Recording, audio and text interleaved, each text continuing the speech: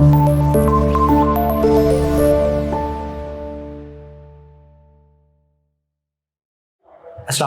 students, this is Muhammad Ahmad, your biology teacher.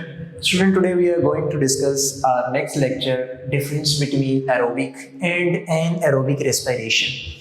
हमने aerobic respiration को discuss कर लिया, एनारोबिक रेस्पिरेशन को डिस्कस कर लिया। फिलहाल अब उनकी एक कंपैरिजन आ गया हमारे पास कि अगर शॉर्ट क्वेश्चन में पूछा जाए what is the difference between aerobic and anaerobic respiration, तो फिर हम किस तरह से उसको सोल्व कर सकते हैं, कैसे हम उसको एक्सप्लेन करके बताएंगे। एरोबिक और एनारोबिक रेस्पिरेशन में कुछ चीज़ें होंगी जो हम कंपैरिजन के साथ लेके चलते हैं उनको, तो उससे हमें आइडिया हो जाएगा उसमें हम क्या क्या बात कर रहे हैं। देखिए, सबसे फर्स्ट तो एरोबिक रेस्पिरेशन में और एनारोबिक रेस्पिरेशन में फर्स्ट डिफरेंस तो ये है कि जो एरोबिक रेस्पिरेशन है इसमें ऑक्सीजन प्रेजेंट होती है, it is occur in the presence of oxygen. ये बात हम कर चुके हैं, ठीक है। एनारोबिक रेस्पिरेशन जो होगी उसमें ऑक्सीजन इज नॉट रिक्वायर्ड। तो फर्स्ट जो डिफरेंस हो गया वो ऑक्सीजन की अवेलेबिलिटी भी हो गया, ठीक है। ऑक्सीजन, इसमें ऑक्सीजन रिक्वायर्ड है, उसमें ऑक्सीजन हमें नहीं चाहिए होती है। फिर आ जाता है जी एरोबिक रेस्पिरेशन जब होती है तो इसमें नंबर ऑफ एटीपीज कितने बनते हैं, तो याद रखना है जी एरोबिक रेस्पिरेशन के अंदर जो टोटल नंबर ऑफ एटीपीज बनते हैं वो 36 होते हैं, ठीक है। और एनारोबिक रेस्पिरेशन में आपको पता है जस्ट ग्लाइकोलिसिस होती है और उसके बाद पायरोवेट मॉलिक्यूल को आगे अल्कोहल या लैक्टिक एसिड में कन्वर्ट कर दिया जाता था। इसी वजह से यहाँ पर आपको जो मॉलिक्यूल्स मिलेंगे वो 2 मिल जाएंगे, ठीक है, एटीपी के मॉलिक्यूल, यानी कि लेस अमाउंट ऑफ एनर्जी वहां पे बन रही होती है। थर्ड डिफरेंस देखें तो हम देखेंगे कि इसके अंदर फाइनल प्रोडक्ट क्या बनती है। जब ये आपके पास एरोबिक रेस्पिरेशन चलती है तो देखो एरोबिक रेस्पिरेशन जब कंप्लीट हो जाती है तो इसमें हमें मिलता है जी कार्बन डाइऑक्साइड, वाटर और इसके साथ हमें एनर्जी मिल जाती है। ये इसकी फाइनल प्रोडक्ट्स होती हैं एरोबिक रेस्पिरेशन के।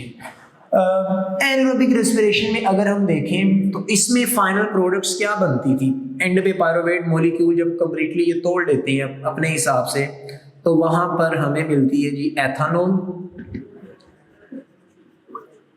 अल्कोहल है यानी कि एथेनॉल मिल गई हमें। इसके अलावा हमें क्या मिल जाता है, लैक्टिक एसिड मिल जाता है। तो इसकी जो फाइनल प्रोडक्ट्स हमें मिल जाती हैं वो हमें मिलती हैं एथेनॉल और लैक्टिक एसिड मिल जाता है, और साथ में यहाँ कार्बन डाइऑक्साइड भी बनती होती है अल्कोहल के टाइम पे, ठीक है। अल्कोहल और कार्बन डाइऑक्साइड अल्कोहलिक फर्मेंटेशन में, और लैक्टिक एसिड भी हमारे पास लैक्टिक एसिड फर्मेंटेशन में बन जाता है। ये इसकी प्रोडक्ट्स हो गई।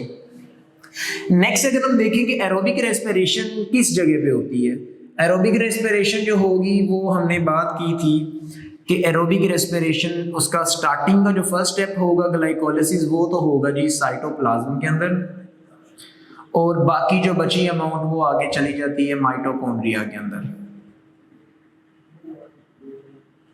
ठीक है।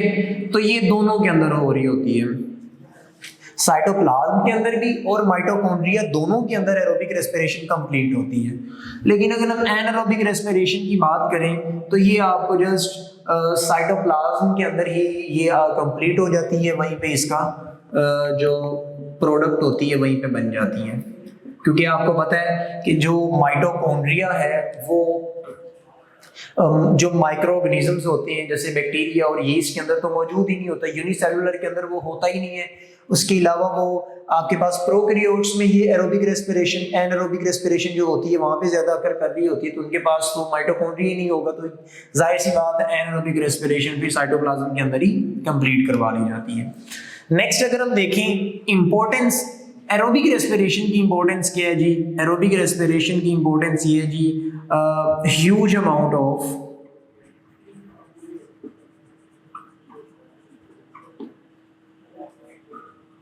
क्या मिलता है, एनर्जी मिल जाती है, और ये एनर्जी फिर हम डिफरेंट पर्पस के लिए यूज कर लेते हैं। डिफरेंट बॉडी के फंक्शंस होंगे, अभी हम उनकी बात करेंगे। डिफरेंट फंक्शंस में ये एनर्जी यूज हो जाती है जो एरोबिक रेस्पिरेशन से बनती है, ठीक है। तो लिविंग ऑर्गेनिजम्स में एरोबिक रेस्पिरेशन हमें huge amount of energy provide करती है, जिससे फिर हम अपने बॉडी के डिफरेंट फंक्शंस होते हैं वो परफॉर्म करवा रहे होते हैं। एनारोबिक रेस्पिरेशन में एनर्जी तो बहुत कम मिलती है, तो हम ये वैसे लिख लेते हैं कि ये भी एनर्जी का सोर्स होगा, एनर्जी प्रोवाइड करेंगे, लेकिन किन को करेंगे? एनारोब्स को। एनारोब्स कौन से हैं? यानी कि जो जैसे कि कुछ बैक्टीरियाज और ये यीस्ट वगैरह जो है ना, उनको थोड़ी सी अमाउंट में एनर्जी भी प्रोवाइड कर देते हैं, ठीक हो गया। दूसरी इसकी इंपॉर्टेंस क्या होगी कि हमारे जो मसल्स हैं, मसल के जो सेल्स होते हैं उनको भी जब वो हार्ड वर्क, जब हम रनिंग कर रहे होते हैं, भाग रहे होते हैं, उस टाइम पे भी ये क्या कर रहे होते हैं कि ये जो मसल सेल्स होते हैं उनको थोड़ी सी अमाउंट में एनर्जी मिल जाती है और साथ उनकी बॉडी में लैक्टिक एसिड बन जाता है, जिसकी वजह से पेन वगैरह फील हो रही होती है हमें। इसके अलावा अगर हम बात करें तो ये क्या बनवा देते हैं जी? चीज वगैरह, योगर्ट, अल्कोहल, ये सारी चीजें एनारोबिक रेस्पिरेशन में बन रही होती हैं, ठीक है। तो ये इसकी इंपॉर्टेंस आ जाती है, ठीक हो गया।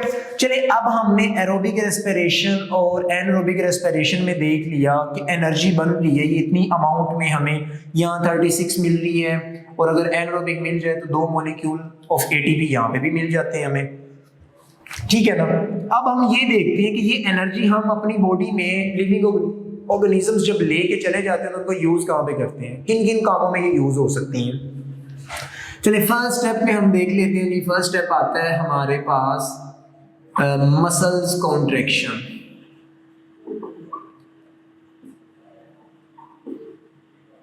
ये जो एटीपी की फॉर्म में हमें एनर्जी ग्लूकोज से मिली है, रेस्पिरेशन से मिली है, यूज ऑफ रेस्पिरेटरी एनर्जी की जब हम बात कर रहे हैं तो रेस्पिरेशन में जितनी अमाउंट ऑफ एनर्जी मिली है वो कहाँ कहाँ यूज हो रही है, हम उसकी बात कर रहे हैं। मसल्स कॉन्ट्रैक्शन है, भाग रहे होते हैं, मूव कर रहे होते हैं, तो हमें पता है कि मसल्स को एनर्जी चाहिए होती है, तो उनकी मूवमेंट के लिए हम ये एनर्जी यूज करते जा रहे होते हैं, और जब ज्यादा रिक्वायर्ड होती है तो साथ में एनारोबिक रेस्पिरेशन भी मिलके थोड़ी सी एनर्जी ये भी प्रोवाइड कर रहे होते हैं मसल्स को। तो फर्स्ट स्टेप तो ये हो गया कि रेस्पिरेटरी प्रोसेस से जो हमें एनर्जी मिलती है वो कहाँ पे हेल्प करती है हमें? मसल्स कॉन्ट्रैक्शन के अंदर। सेकेंड अगर हम बात करें तो आपको याद होगा एक्टिव ट्रांसपोर्ट, आपने कहीं पढ़ा होगा था।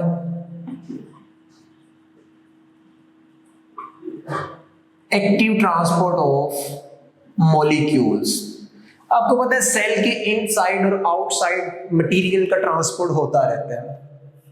कुछ मटेरियल ऐसे होते हैं जो कि रेगुलरली उसमें मूव नहीं कर सकते, इनसाइड और आउटसाइड मूव नहीं कर पाते, तो फिर क्या किया जाता है? उस मटेरियल को एक्टिवली ट्रांसपोर्ट करवाया जाता है। एक्टिवली मतलब एनर्जी लगाकर, एक्टिव का वर्ड जब आएगा तो वहां पे एटीपी को यूज करके उन मॉलिक्यूल्स को जबरदस्ती वहां पे भेजा जा रहा होगा। तो एक्टिव ट्रांसपोर्ट के लिए भी हमें एनर्जी रिक्वायर्ड होती है कि ये एनर्जी प्रोवाइड करो उन मॉलिक्यूल्स को, और वो मॉलिक्यूल्स आगे की तरफ मूव करें, ट्रांसपोर्ट हो जाए।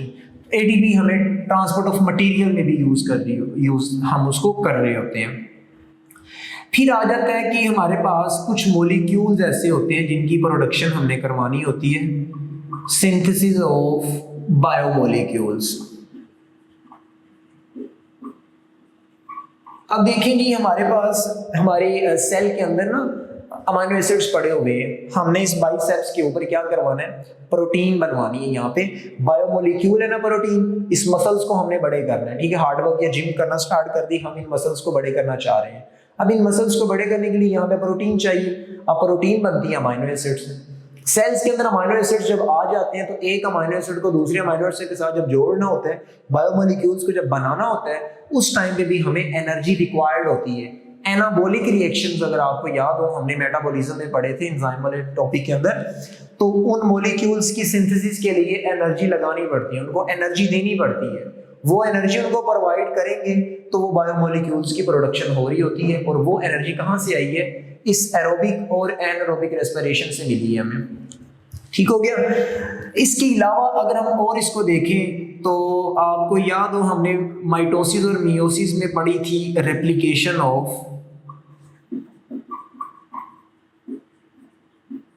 डीएनए। डीएनए भी बात तो वही एक बायोमोलिक्यूल ही है। डीएनए और साथ में माइटोसिस का जो प्रोसेस होता है उसमें बहुत ज़्यादा हमें एनर्जी रिक्वायर्ड होती है डिफरेंट चीज़ों को बनवाने के लिए। डीएनए एक डीएनए तो उसको डबल तो करवाना है ना, तो डीएनए की डुप्लीकेशन के लिए, रेप्लिकेशन के लिए हमें एनर्जी रिक्वायर्ड होती है। वो एनर्जी भी हमें कौन प्रोवाइड करता है? इसी एरोबिक और एनारोबिक रेस्पिरेशन से मिल जाती है। ठीक है, माइटोसिस के भी डिफरेंट स्टेप्स जो होते हैं वहां पर भी हमें एनर्जी ये वाली यूज कर लेते हैं हम, रिक्वायर्ड हमें वहीं पे भी होती है। फिर अगर हम देखें तो transmission of nerve impulses. Nerve impulse वो मैसेज होता है जो ब्रेन बॉडी के डिफरेंट पार्ट्स को भेज रहा होता है, या डिफरेंट पार्ट्स से मैसेज ब्रेन की तरफ जा रहा होता है। कम्युनिकेशन जो होती है ना ब्रेन और बॉडी पार्ट्स के दरमियान में, तो वो इस नर्व इंपल्स की वजह से होती है। नर्वस सिस्टम हम पढ़ के आए हैं ऑर्गन सिस्टम वाले टॉपिक के अंदर। तो नर्व इंपल्स जो होती है, जो न्यूरॉन सेल एक इंपल्स दूसरी न्यूरॉन को भेज रहा होता है, तो उन इंपल्सिस की ट्रांसमिशन के लिए भी एनर्जी लगती होती है। ऐसे ही नहीं हो जाता कि उनकी मूवमेंट विदाउट एनर्जी हो जाए। ठीक है, तो ट्रांसमिशन ऑफ नर्व इंपल्सिस में भी हमें क्या रिक्वायर्ड होती है जी? एनर्जी की अमाउंट रिक्वायर्ड होती है, और वो रेस्पिरेटरी एनर्जी है जो हमें एरोबिक और एनारोबिक रेस्पिरेशन से मिल रही होती है। स्टूडेंट्स, ये था आपका आज का टॉपिक जिसमें हमने डिफरेंस भी देख लिया और यहाँ प्रोड्यूस होने वाली एनर्जी का यूज भी देख लिया। यहाँ तक किसी का कोई क्वेश्चन हो तो आप हमसे जरूर पूछिएगा जी। अल्लाह हाफिज।